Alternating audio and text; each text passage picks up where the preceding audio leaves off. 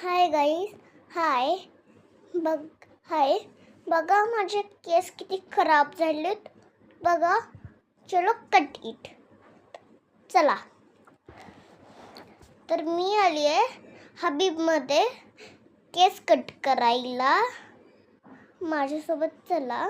तर मी इथे थोडी शायनिंग मारली आहे. शायनिंग मारल्यानंतर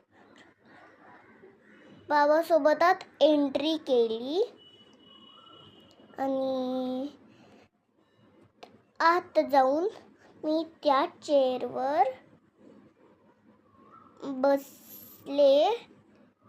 तर बसल्यानंतर ते काका माझे हेअरकट करायला सुरुवात केली.